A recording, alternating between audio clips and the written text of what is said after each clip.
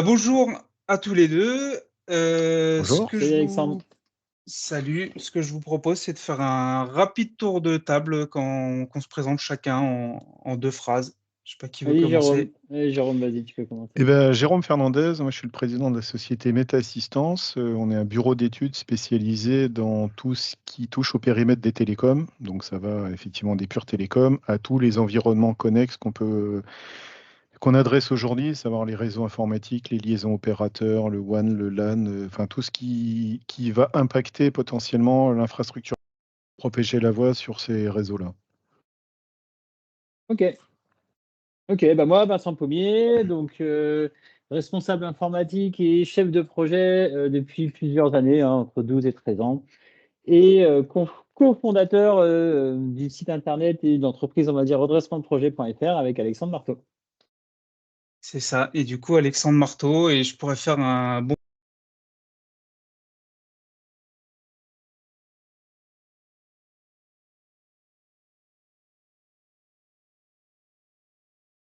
lancer là pour faire on est des experts en gestion de projet, en gros, peu importe le domaine, plutôt IT, hein. Mhm. Et donc on fait de la gestion de projet, redressement de projet et de la formation, effectivement. Donc on est Très bien. ensemble tous les 3 là pour, 3/4 d'heure, 1 heure, on verra bien, pour, parler, justement de la gestion de projet dans l'environnement, télécom. Et Mhm. on s'était préparé un premier sujet qui est la fin, du réseau cuivre.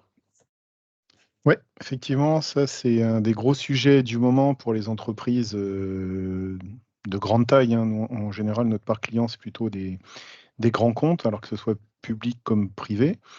Et effectivement, les opérateurs, alors Orange principalement, puisqu'il faut savoir que c'est Orange qui détient l'ensemble du réseau cuivre actuel, sur lequel on faisait passer la DSL avant qu'on migre massivement sur la fibre. Alors Mais c'est eux j'allais qui... pardon, ouais, j'allais Oui, te poser la question vraiment de bête, hein. Le réseau cuivre, on est d'accord, c'était ce qui était initialement le réseau, exactement. téléphonique avant qu'on soit Oui, à l'ère du numérique et qui c'est a ça. servi effectivement, modulo Pour la quelques DSL. ajustements pour la DSL derrière, c'est Oui, ça? exactement. Ouais, parce que la OK. DSL, c'était la techno qui permettait de faire transiter des flux IP sur une paire cuivre, télécom pour le coup, puisque ça, effectivement, 95% des gens avaient au moins une ligne téléphonique chez eux, alors analogique pour le coup. Mais ça va un petit peu plus loin parce que dans le monde de l'entreprise, en dehors du RTC, euh, la grande majorité des équipements télécoms, des infrastructures téléphoniques qui sont chez les clients, sont adressés par des liaisons cuivre, mais qui sont du RNIS.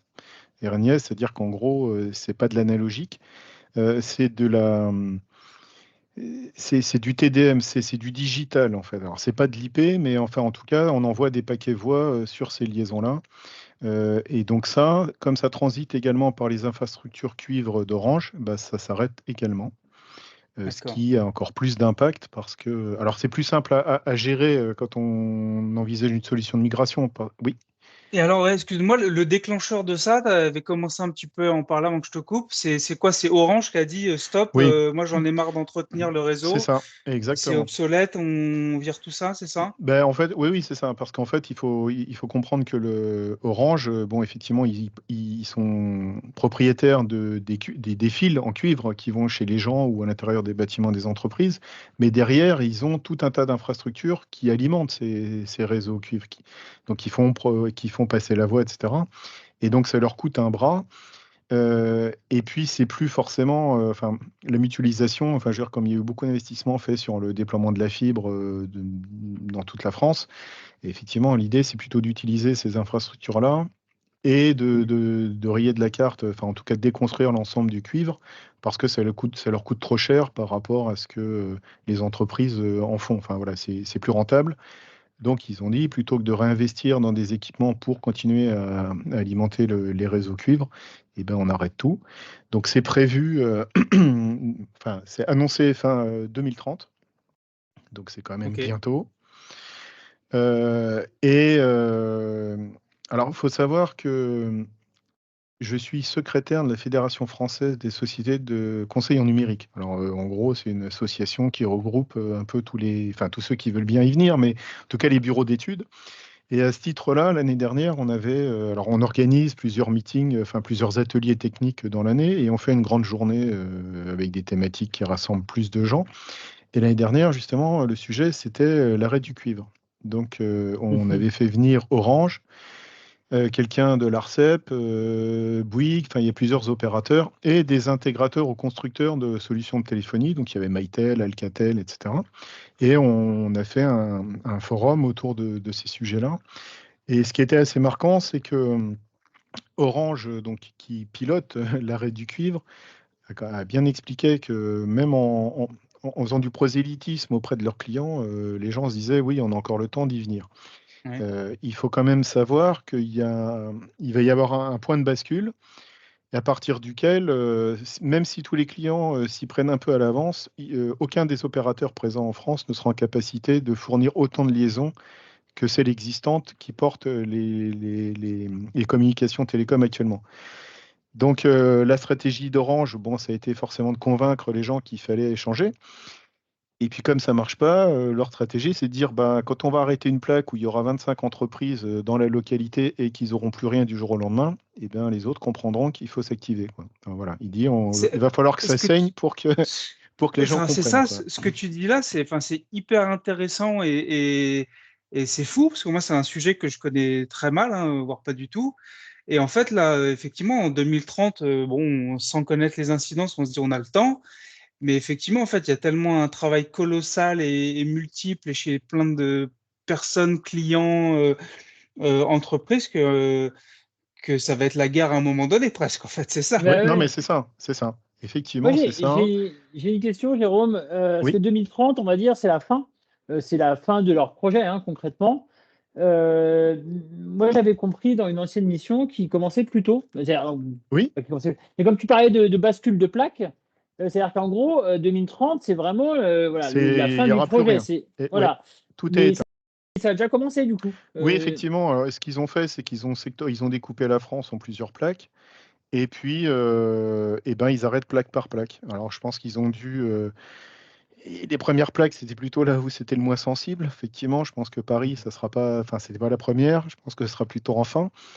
Mais ça change pas trop le problème parce que, effectivement, tant que t'as pas. Enfin, je pense, hein, tant que t'as pas un gros client multisite qui va se planter et se retrouver sans rien du tout, ça alertera pas les autres. Autant quand tu as une nouvelle solution qui sort, les DSI ont tendance à se battre en disant moi il faut que j'ai ça parce que ça brille. Autant là ils se disent wow, on verra plus tard, sauf que plus tard ça risque d'être trop tard, quoi. C'est-à-dire que Ouais. en gros, oui, Non, vas-y, je te laisse finir la ouais, phrase et après, j'ai deux, trois c'est juste questions. pour expliciter un petit peu le délai entre je veux changer et ça va se faire. Alors les opérateurs, ils ont à peu près toutes les mêmes délais de production, hein. On est plutôt autour des 8 semaines pour avoir une liaison de trunk SIP que 4 jours. Donc pour une liaison, donc ça veut dire que tu multiplies 8 semaines par les centaines de milliers de liaisons qu'il y a et tu vois que ça commence à être très compliqué. Et ça, c'est à partir du moment où le client, il connaît son parc, il a déjà identifié les solutions, enfin, quelles sont les liaisons qu'il souhaite conserver.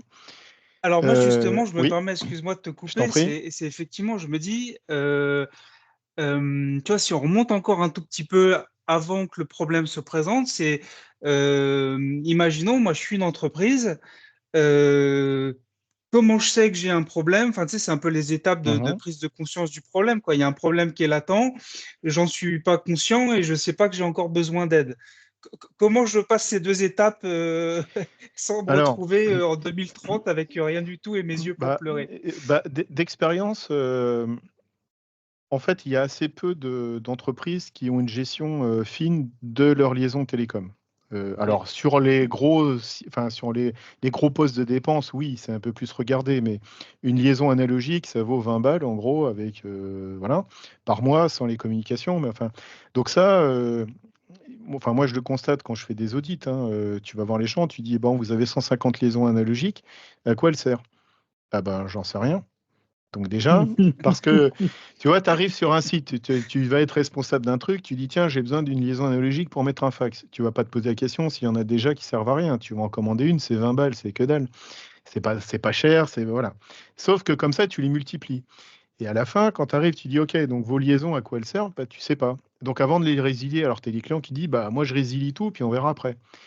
Bon, après, moi je les dissuade quand même de ça, C'est- parce que, alors, effectivement, si c'est la ligne, enfin, je veux dire, si c'est la machine à affranchir de la poste, il n'y a pas d'impact pour la production derrière. Mais enfin, je veux dire, quand c'est des liaisons d'alarme, quand c'est des liaisons d'ascenseurs, on travaille beaucoup pour des hôpitaux. Et il y a ce qu'on appelle le plan blanc. Donc, en gros, il faut qu'il y ait un poste téléphonique qui soit en capacité soit d'émettre des appels, soit d'en recevoir dans le cas où tout est tombé.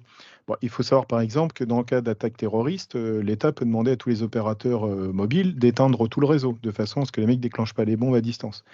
Donc, dans ce cas-là, parce que souvent, on partait du principe de, bon, j'ai un poste téléphonique fixe sur mon bureau, mais moi, je m'en sers plus, je passe que sur le mobile. Bon, mais le jour où ton mobile, il marche plus, enfin, tu n'as plus de réseau mobile pour des raisons un peu particulières, bah, la seule chose qui est censée fonctionner, même en cas de coupure de courant dans tes bâtiments, c'est la ligne analogique, puisqu'elle est alimentée Mhm. par l'opérateur. Ce qui n'existe plus en IP, hein, ça, c'est mort. Donc, il y a tout un tas de liaisons qui ont été commandées au fur et à mesure. Et pour les hôpitaux, ben, le plan blanc, en gros, attaque terroriste sur Paris, c'est là-dessus que la préfecture est censée les joindre. Sauf que si tu t'es dit je résilie tout, puis on verra plus tard, eh ben voilà, tu te retrouves. Donc Ouais. moi, voilà, j'encourage vivement à savoir de quoi on parle avant de procéder à des résiliations massives. Après, Alors, moi je suis justement, conseil. l'étape 1 d'identification, par exemple, moi, je suis dans une boîte, je suis DSI. Mhm. La fin du cuivre, j'ai aucune idée parce que je suis pas assez technique de savoir si ça me concerne ou pas. Le premier réflexe, c'est quoi? C'est d'aller voir justement mes factures et les achats ou la compta et voir si j'ai des lignes analogiques, Alors, quoi, en gros. moi je dirais que le meilleur réflexe à prendre quand tu es un DSI d'un grand compte, c'est d'appeler un bureau d'études genre Meta Assistance et de lui dire qu'est-ce que vous J'allais me y venir. proposez? Voilà. Non mais je te dis, j'apprends mon métier au fur et à mesure. Moi, commercial, c'était un truc, voilà, mais maintenant je m'y mets. Non, en général, quand on adresse ce genre de situation, alors il y a plusieurs modes de commercialisation, mais ça, on Et s'en pour fout un finir, peu. excuse-moi, Oui, Jérôme, pour je finir t'en la prie. blague, donc premier réflexe, j'appelle Métassistance. Et Mhm, deuxième réflexe, c'est je m'y suis pris trop tard, il y a besoin de faire tout en urgence. J'ai mhm. besoin d'une bonne équipe pour redresser un projet en difficulté. Je fais appel à Vincent ou Eh Alexandre ben, c'est là avec que Jérôme, quoi. Métassistance vous contacte pour qu'on travaille conjointement. Ben oui, mais c'est comme ça. C'est ce que je Ah, disais ouais, tout à l'heure. Ouais, c'est pas pour la mal, pas blague. mal. Oui, Je t'ai oui. Non, coupé, mais c'est vrai. excuse-moi. Non, mais je t'en prie. Et alors, du coup, voilà, ce type de projet, on commence toujours par faire un audit. Donc, collecte des factures, vérification de la facturation. Et après, ça peut aller, enfin, tout dépend ce que le client veut, parce que s'il faut aller sur chacun des sites et envoyer un câbleur qui va suivre physiquement chacune des jarretières, ça se fait, mais c'est assez chronophage. Et ça se paye. Et là, tu t'aperçois que finalement, le budget, enfin, on a un peu de mal à comprendre, enfin les clients, pourquoi est-ce qu'il faut mettre de l'argent sur un truc qui va disparaître? Bon, mais globalement, c'est quand même important d'avoir un état de parc à jour, notamment parce que quand il va falloir faire basculer ton infrastructure sur de l'IP, et c'est quand même bien de savoir à quoi ça sert et où elles sont. Ouais. Mais Donc moi, on j'aime bien commence ta toujours. réponse, si tu veux. On a déjà on a parlé beaucoup quand on s'était eu au téléphone là, sur d'autres projets sur lesquels on Mmh, collabore. Mais quand tu réponds, pour moi, la première chose à faire, c'est de faire je sais plus comment tu as dit, un un audit ou un audit, ouais, diagnostic. ouais, Avec Vincent, on se le dit, peut-être pas à chaque fois qu'on s'appelle, mais c'est en gros, enfin, moi, je ne sais pas faire de la gestion de projet, effectivement. Si d'abord, on prend d'accord. pas, j'allais dire 5 minutes, c'est la façon de parler, hein, mais qu'on prend pas le temps de Ouais. comprendre Oui. qu'est-ce qu'il y a, c'est quoi le problème, où est-ce qu'on en est, quoi. C'est ça. Bah, pour moi, voilà, les bonnes phases, c'est audit, recueil des besoins pour savoir enfin, sur quoi ils veulent aller, c'est quoi leur projet futur, parce que s'ils savent déjà qu'ils vont créer 15 sites supplémentaires, autant l'embarquer tout de suite. Et après, on fait des propositions d'évolution avec plusieurs scénarios qu'on peut chiffrer éventuellement. Et après, normalement, bah, tu pars sur un appel d'offres et après la gestion de projet pour migrer tes liaisons. Mais je pense que c'est comme tout projet, hein, c'est qu'est-ce que tu veux et après, on verra quelle solution technique on peut mettre en face. Ouais. Souvent, c'est l'inverse. C'est tiens, je veux acheter ça et on verra à quoi ça me sert. C'est Alors ça. après, voilà, mais c'est jamais une bonne solution parce qu'à la fin, quand toi tu dois gérer le projet, c'est la misère totale en fait. Ça part dans tous les sens et à la fin, comme on n'a pas identifié le besoin final ou la cible, il y a du mal à faire recoller les deux, quoi. Donc moi, je dis toujours, OK, qu'est-ce que vous voulez faire? De quoi vous avez besoin? Et après, on verra comment on y répond. Parce que sinon, c'est jamais la bonne façon de prendre. Alors moi, j'ai l'expérience, hein, dans ma vie, passée, où effectivement, on disait: «Tiens, il faudrait qu'on ait ça». Il faut qu'on achète ça. Oui, d'accord, mais on va le faire. À quoi ça va servir et comment on le met en œuvre? Voilà. Je pense que enfin ça, vous êtes d'accord avec moi, hein, c'est Ouais, d'abord on identifie le contexte, la cible, et après on voit ce qu'on peut faire derrière, parce qu'il y aura toujours des solutions techniques à mettre en face. C'est pas un C'est souci. ça. Mais acheter On de avait la technique pour trouvé, la faire coller, c'est autre chose. ouais, on avait trouvé une bonne analogie, tu vois, pour parler aux gens qui sont pas du métier informatique. C'est bah, quand tu vas chez le médecin, il va en général, hein, sauf si tu as vraiment un mauvais médecin, Mhm. mais il commence pas par te filer des antibiotiques et après te faire l'examen clinique, quoi. C'est ça. D'abord, il te fait l'examen clinique, il te pose des questions, il regarde si tu as la langue comme si tu as de la Mhm. fièvre, si je sais pas quoi. Puis après, il fait un diagnostic et après, il te donne un traitement, quoi. Oui, C'est un peu bah la même voilà, chose. bah, c'est la même chose. C'est d'abord le contexte. Alors, une petite blague, j'avais un directeur que j'étais à Radio France, on avait discuté justement sur l'histoire des médecins, et moi j'avais dit, pour moi, un bon médecin, c'est celui qui t'arrête. Mais, mais maintenant que je suis patron, enfin, là, je vois ça un peu différemment. mais Mais j'ai une question, Jérôme, oui. parce que tu disais, en gros, concrètement, aujourd'hui, donc il y a peut-être des centaines ou des milliers de sociétés qui n'ont pas migré Mhm. et qui ne sont pas peut-être au courant ou pas, hein, d'ailleurs, hein, et qui se disent, ouais, on a le temps, d'accord? On a le temps, en Oui. 2030, on est en 2024. Et donc, tu expliquais que les opérateurs, alors je ne sais pas si c'est les opérateurs, pour commander un trunk SIP, donc j'ai regardé du coup pendant qu'on parlait là ce que Oui. c'était. Donc c'est un peu l'équivalent, on va dire, en voix sur IP de la ligne analogique, c'est ça? C'est un peu le. Non, c'est plutôt l'équivalent de ce qu'on appelait, enfin ce qu'on appelle toujours, puisque ça existe en RNIS, Ouais, du T2, c'est-à-dire 30 canaux voix simultanés d'accord, entrant ok, sortant. Voilà. Donc c'est d'accord. plutôt cet équivalent-là. L'équivalent de la ligne analogique, c'est plutôt la ligne IP avec une box, enfin, comme on pourrait avoir à la Ouais, qu'on a maison. chez nous, quoi. Voilà, Ok, ok, exactement. ok.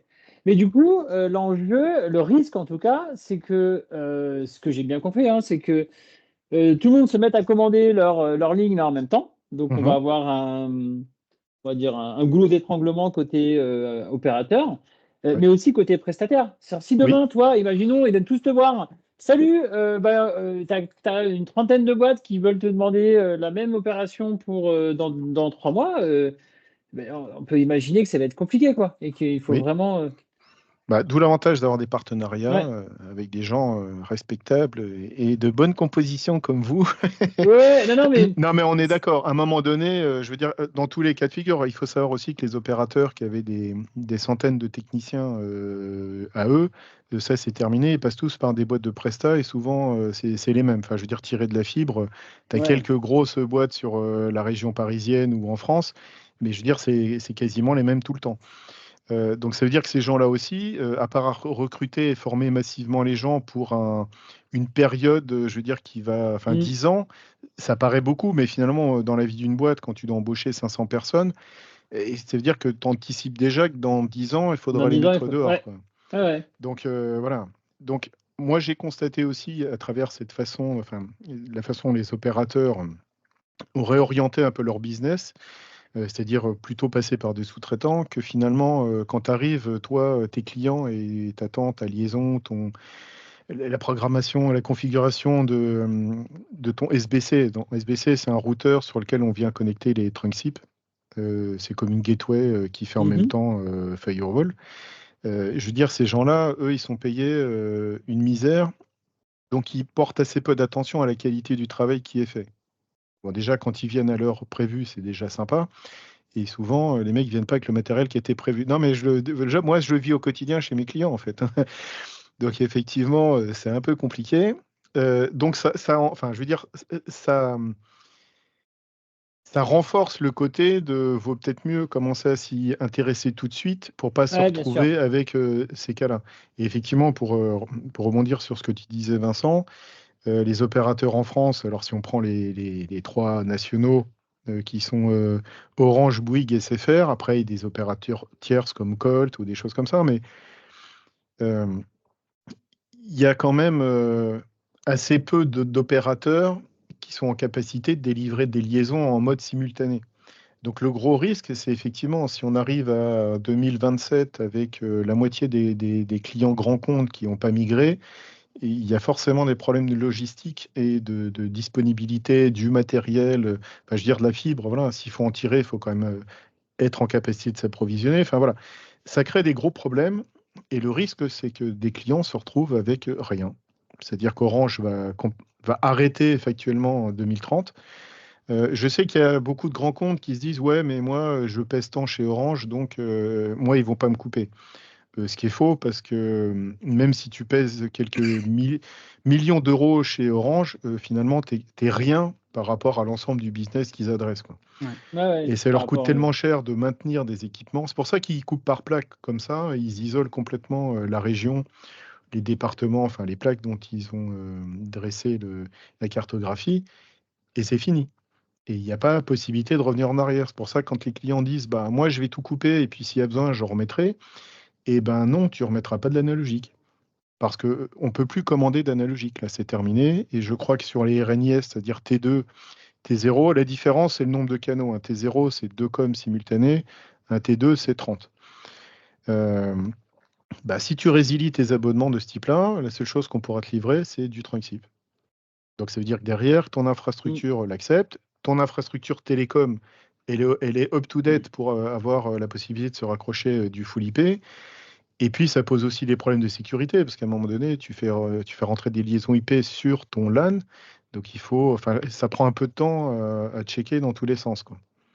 Et concrètement, C'est pas c'est une dur, fois hein. que tu as fait le diagnostic, c'est un projet qui dure quoi? Qui dure 2-3 mois quand même, quelque chose comme ça? Ouais, en gros, c'est à peu près ça, parce qu'en général, quand on fait l'audit, donc on contrôle les factures, donc ça permet aussi d'avoir des quick wins. Tu t'aperçois que tu as des trucs qui ont été surfacturés, bon, bah déjà, tu vas récupérer un petit peu d'argent auprès de ton opérateur favori. Il y a aussi la qualification des lignes, donc bah, celles qui servent jamais, tu vois, on peut regarder ça aussi. Alors, on regarde les factures, mais pas que, parce qu'une ligne analogique est censée recevoir des appels, tu ne vas payer que l'abonnement si elle émet jamais. Mm. Donc, ça permet pas de qualifier le fait qu'elle est utile ou pas. Il faut vraiment aller sur place, ou en tout cas qu'il y ait un responsable de site qui se dise, ben, celle-là, je ne sais même pas qu'elle existait, donc on peut la résilier, elle n'est pas utilisée. Et dans ce cas-là, effectivement, comme tu vas déconstruire des liaisons, tu vas économiser de fait tout de suite. Euh, et après, bon, comment on remplace l'existant? Parce que ça peut être des liaisons pour ascenseurs. Et dans ce cas-là, est-ce qu'on met plutôt une passerelle 3G, 4G qui permet de ne pas avoir recours Ouais. à du câble? Moi, en général, je conseille aux clients, dans ce cas-là, bah, contacter l'ascensoriste et refilez-lui le bébé, comme ça, c'est plus votre sujet. Parce que, il faut être sûr que dans la cage d'ascenseur, tu captes le mobile. Ouais. Sinon, c'est un peu moins bien.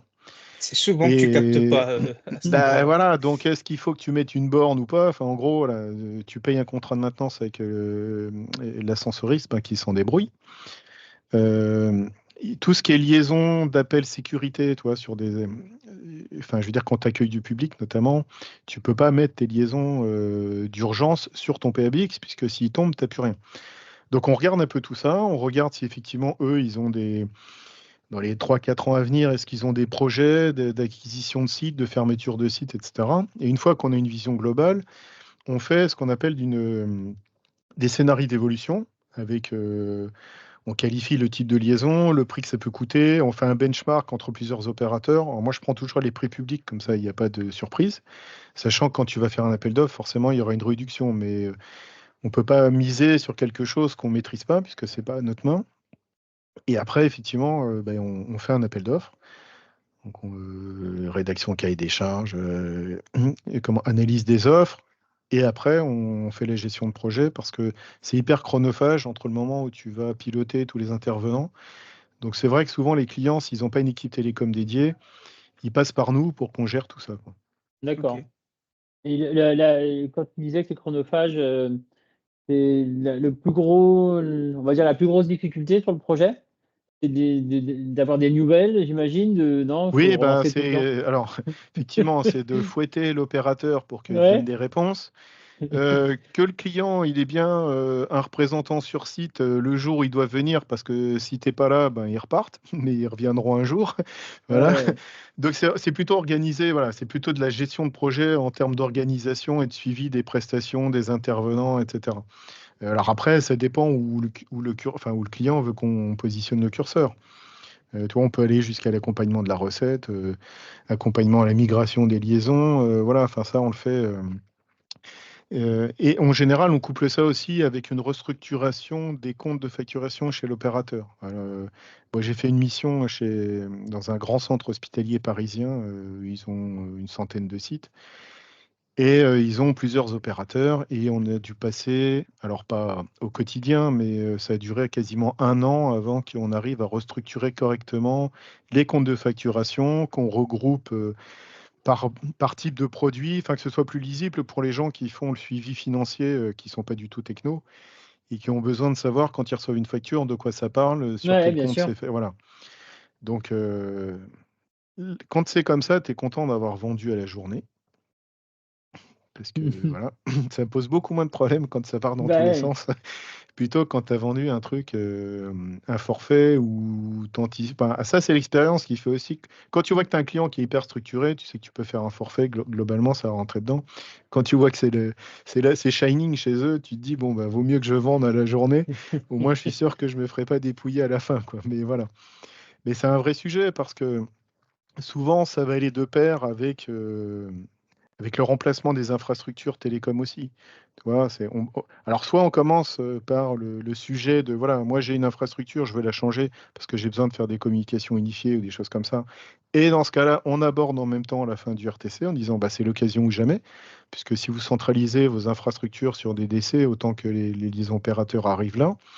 Et il faut savoir qu'actuellement, enfin, quand tu es sur du RNIS RTC, ton numéro géographique, par défaut, il est géographique. C'est un peu con ce que je dis, mais globalement, si tu es Oui, en oui, Île-de-France, c'est 0,1. Si tu es dans exactement. l'Est, c'est 0,3. Et ça, tu es obligé, t'es obligé de le conserver. Bon. Quand tu es en trunk SIP, tu peux, sur une plaque, sur un site parisien, faire venir, aboutir des numéros qui seraient à Marseille, par exemple. Il n'y a pas de Mm. souci. Alors, enfin, il n'y a pas de souci.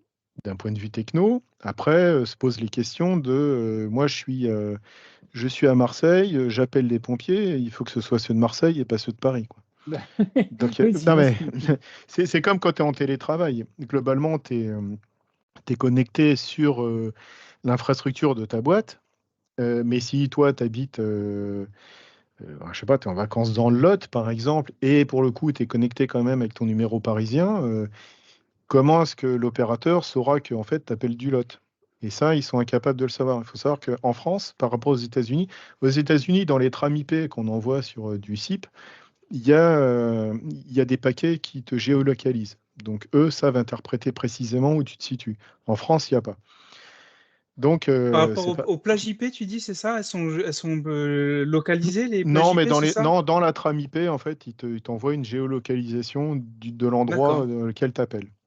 Ok. Mais ça, nous, il n'y a pas ça en France. Enfin, en Europe, ça n'existe pas. Donc, c'est après, comment tu vas te garantir, toi, en tant que DSI, que si tu as un de tes collaborateurs qui était dans sa maison de campagne, qui a appelé les pompiers parce qu'il fait un arrêt cardiaque, eh ben, on ne te reprochera pas qu'il soit mort parce que c'est pas les bons pompiers qui ont été appelés, quoi.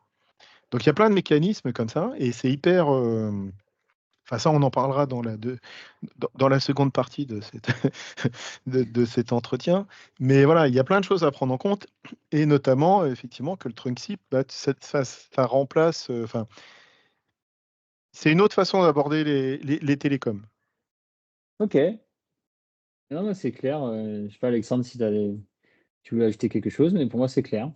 Non, c'est clair aussi. Ouais, ouais. Et donc, du coup, attends, alors si j'ai quand même une petite question. Donc là, j'ai compris l'enjeu. L'enjeu, c'est bah, il faut y aller, il faut pas attendre Mhm. parce que sinon, ça va être compliqué. Et il y a beaucoup de projets comme ça, hein. Il y a la facturation électronique, hein, qui arrive Ouais, ça là, me faisait penser à ça. voilà, qui a été décalée, hein, parce que les entreprises, elles étaient, je sais plus, il y avait 30% à peu près, je crois, de grands groupes qui n'étaient pas prêts pour 2024. Donc là, il faut y aller. Et moi, ma question, c'est que toi, aujourd'hui, tu as beaucoup de clients qui te contactent pour ça? Alors moi, Ou j'en contacte beaucoup. toi, tu contactes? Ok. Ouais, Ouais. j'essaie de Alors bon, après, tu cibles, hein, tu sais très bien que si c'est une PME qui a 3 liaisons analogiques, ça vaut pas le coup. Mais sur les grandes, je dirais que ma cible à moi, c'est les grands comptes qui sont multisites. Parce Ok. que dans ce cas-là, en général, les télécoms sont plutôt délégués au niveau du site concerné, et pas forcément une vision centralisée des choses. Donc effectivement, c'est là qu'il n'y a pas de. d'états de parc globaux, il n'y a pas de choses comme ça.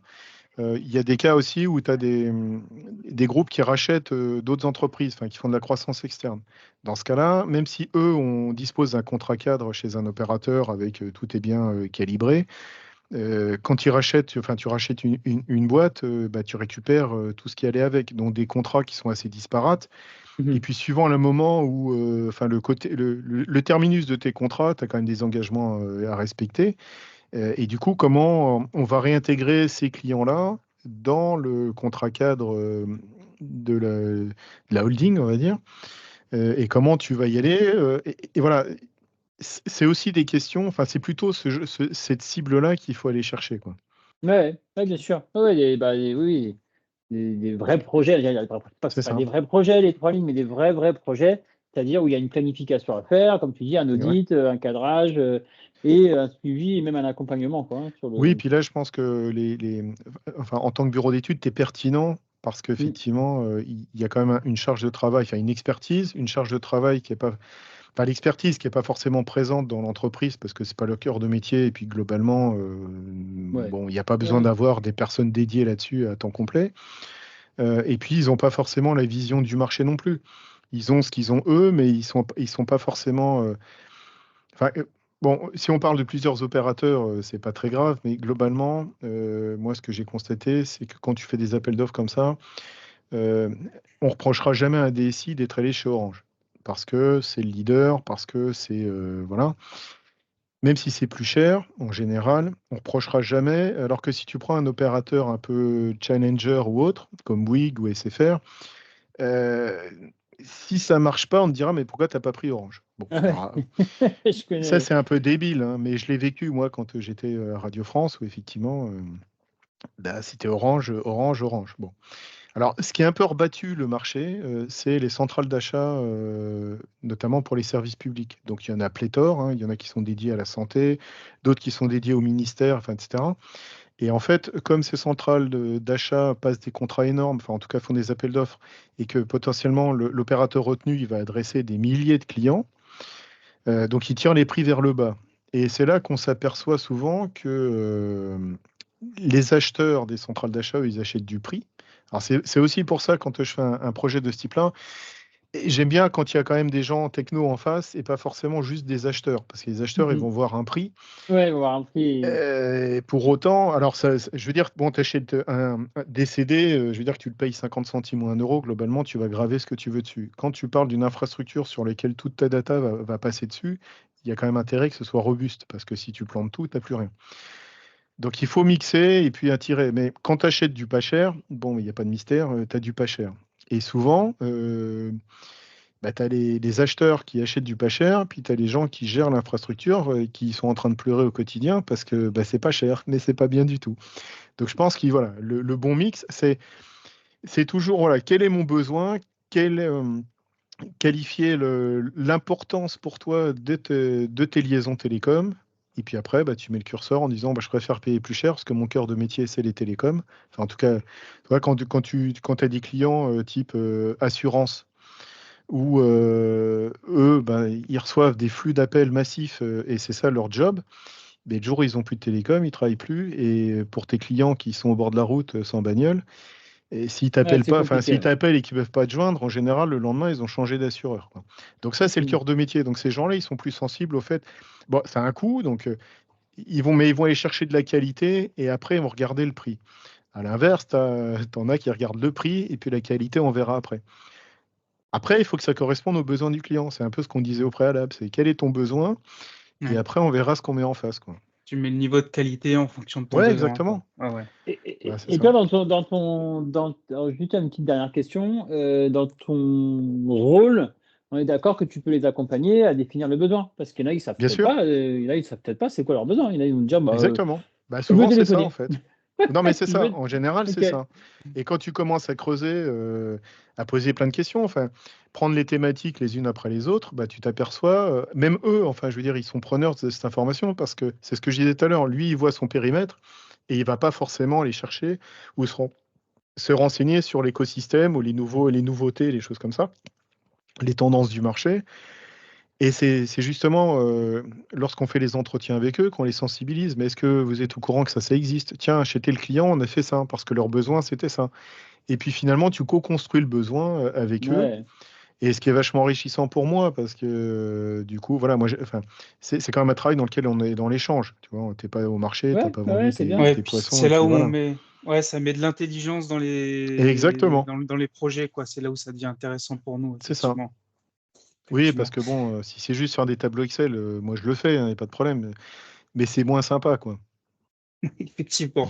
Et alors, tout à l'heure, pour Vincent, il parlait pour la facture électronique, qu'il y avait 30% des grands groupes qui n'étaient pas prêts, par exemple. Est-ce qu'on sait dire, est-ce que Orange sait dire, là, pour notre sujet, quelle est la maturité par rapport à ça, le nombre de personnes qui sont prêtes, Alors, pas prêtes je dis ça de mémoire et j'ai pas forcément l'information up-to-date, mais au mois de juin l'année dernière, je pense que à peine 20% de leurs clients commençaient à se préoccuper de ce sujet, quoi. Alors Donc, même pas migrer, effectivement, hein, commencer à se préoccuper, tu ouais, dis, c'est voilà, ça? c'est ça. Alors Ok. après, effectivement, je veux dire, tu as une boîte avec, enfin, tu un grand groupe et tu construis des sites. Forcément, quand tu vas provisionner tes accès opérateurs, de toute façon, ils seront forcément up-to-date puisqu'ils ne te vendent rien d'autre maintenant. Donc si tu veux, ça commence. Donc il y a, voilà, le parc qui peut être assez hétérogène. Mais globalement, enfin moi je le vois quand, je vais faire du démarchage, chez des grands comptes, quand tu leur parles de sujets, ils disent: «Oui, oui, bah, on a le temps». Alors après, moi je leur explique qu'en fait non, mais d'un autre côté, ils peuvent interpréter ça comme, si, Oui, file-moi un projet et je vais le faire. Mais voilà. Après, il y a ouais, quand même beaucoup de oui. communications qui sont faites de par les commerciaux, opérateurs. Mais c'est vrai que quand tu es client, tu te dis toujours que le mec qui était en face, il veut te vendre quelque chose, quoi. Ouais, c'est ça. C'est Voilà. logique. Ok. Et il n'y a pas de, il y a pas de, il y a pas de, comment dire, par Orange ou quoi de levier je sais pas comment le dire, de motivation pour justement, en disant si vous le faites maintenant, comme on risque d'avoir un goulot d'étranglement dans les années Ah, à venir, c'est moins tu veux dire cher, c'est une plus je sais pas incitation quoi. financière? Non, non. Ouais, financière ou autre, ouais. Non, la seule chose qui contraint des opérateurs à baisser leurs tarifs, c'est quand tu les mets en concurrence. Ouais. Voilà. Parce que sinon, enfin après c'est normal, c'est du business, hein. Je veux dire, non mais tu vends un truc, si tu vends tes crêpes, à 100 balles et que les gens te les achètent, il y a pas de raison de les faire à 2 €. Non, puis je pense qu'en plus, la logique commerciale sera plutôt l'inverse, c'est que le jour où tout le monde va se précipiter à la dernière minute, bah, c'est là où ils vont probablement faire monter les prix peut-être aussi.